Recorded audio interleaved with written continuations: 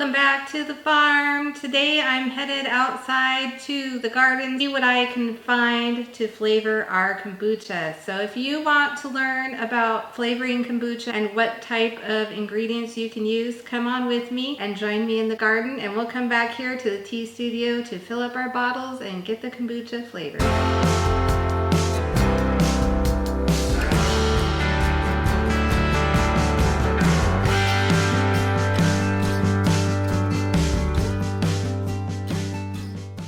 Welcome, and if you're just joining us for the first time, my name is Cian here from Farmhouse Teas and our farm, St. Fiacre's Farm. Today we will be flavoring kombucha.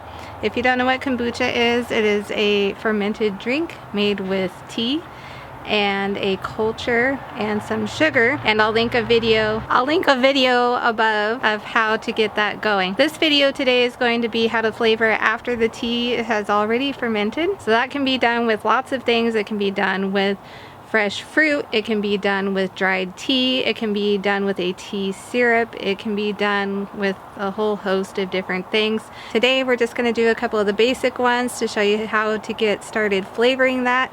Let's go see what we have on the farm.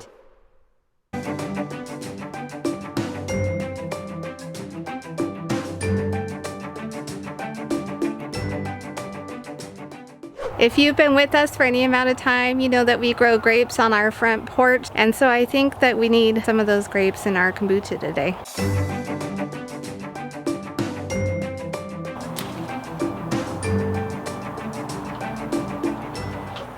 It also looks like the hops are ready. How about we do an IPA kombucha?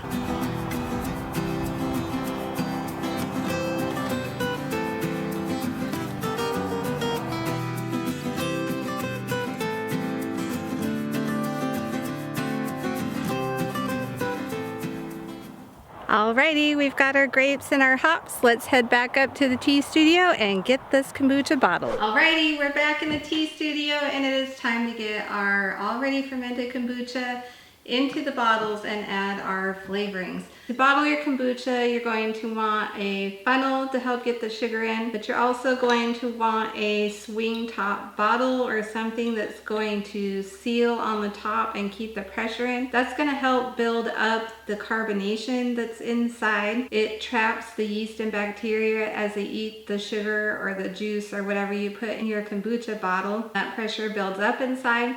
You can also use just a mason jar and a type. That doesn't keep the carbonation in quite as well, but it does work. So this is ideal. And then the mason jars with the lids are secondary thing. They're easy to find, and so that might work better for you. The first thing we're going to do is add some sugar. There are two reasons that I'm going to add sugar. One is that I have let my kombucha ferment too long and it's pretty sour. So I'm going to sweeten it up, kind of reactivate it a little bit.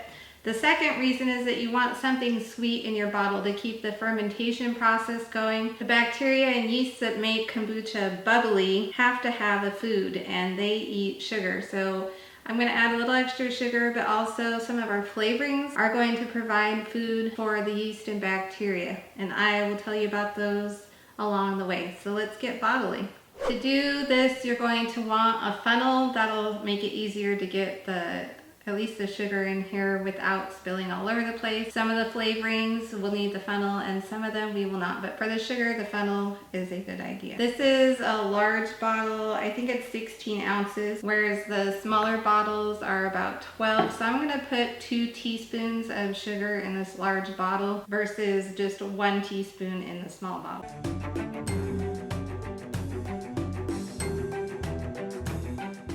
There are several ways that you can flavor your kombucha. You can use a fruit juice, you can use a tea, an herbal tea, maybe a fruity tea. You can also use a tea syrup to flavor your kombucha if you want, like an herbal tea. Or we have in our shop some herbal teas that are safe for kombucha to use, specifically made for flavoring.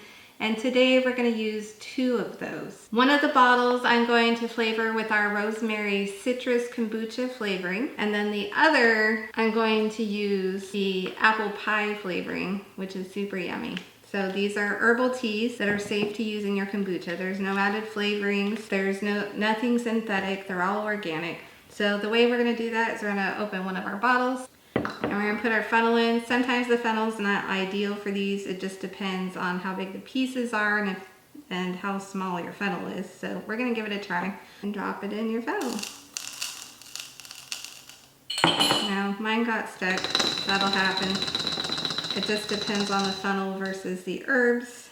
You can also just try and pour it straight in or make like a paper funnel. You roll up the paper a little bit and make your own funnel, and then that works really good. Okay, so we got one herbal tea kombucha flavored, and we're gonna do the second one. I'm gonna go ahead and do the apple pie.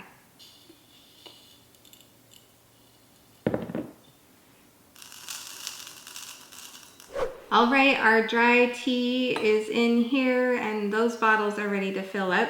Other way that you can ferment kombucha is using raw ingredients. So you can use apples or oranges or cherries or any kind of a fruit.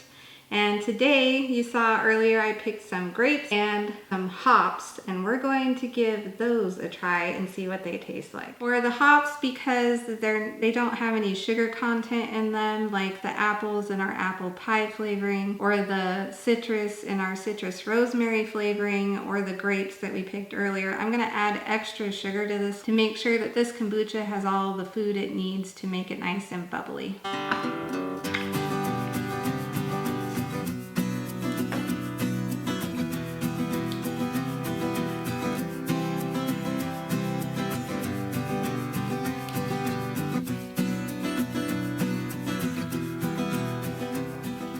All right, last but not least is the grapes, and they're super, super sweet. So we should be good with our 2 teaspoons in this large 16-ounce bottle. You can crush the grapes first if you want to really get the juices to come out. You can put it in whole. You can use dried grapes, raisins, and that will work too. It just depends on the flavor you're going for and what you have on hand. So let's get our grapes put in this container.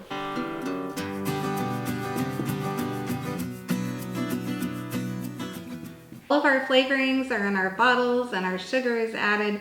The only thing missing is the kombucha. A couple of tips. The sweeter the flavorings and more sugar you add to the bottles, the quicker the kombucha is going to ferment. Also, fermentation time and the flavoring time is going to depend on the environment that your kombucha is in. If it's hotter, maybe it's summer, maybe you live in a warmer place, it's going to ferment faster. If it's cold, it's going to ferment slower. So you want to keep that in mind, because these swing top bottles, they are sealed so tight that they can explode if there's too much carbonation built up. So you want to make sure if it's fermenting really fast that you burp it, and by that it just means to take off the lid a little bit and put the lid back on so that you don't lose all of your carbonation, but that you don't have too much that's going to cause your bottle to explode. And that has happened to me once before. Also, after you have fermented these and they're ready to drink, I would recommend putting them in the refrigerator for about 24 hours. That'll settle the carbonation down, so when you go to flip the top, you don't have half of your kombucha bubble out. All right, so let's fill these up with kombucha and get them fermenting. So while I'm filling up the bottle, I like to fill it halfway and give it a little shake and get that sugar that we put in there on the bottom to kind of mix in a little bit before the bottle gets full. You don't want to shake a full bottle of kombucha because that just builds up more carbonation and can cause problems. So if it's halfway and the lid's off and you're just swirling it around, that's ideal to get the sugar mixed in. When you're filling your kombucha, you want to make sure you leave a good headspace, because there is going to be buildup from all the bubbles and you don't want it to overflow or just build pressure so quick that there's nowhere for the carbonation to go. So I leave maybe a good 1 to 3 inches from the top. It depends on the bottle. Then to seal the bottle, you just put the little lid on. You want to make sure it's kind of level so that that red seal is actually sealing the whole bottle. And then you want to flip down the back and your bottle is ready to go. Alrighty, our kombucha is flavored and bottled. Now we just have to wait.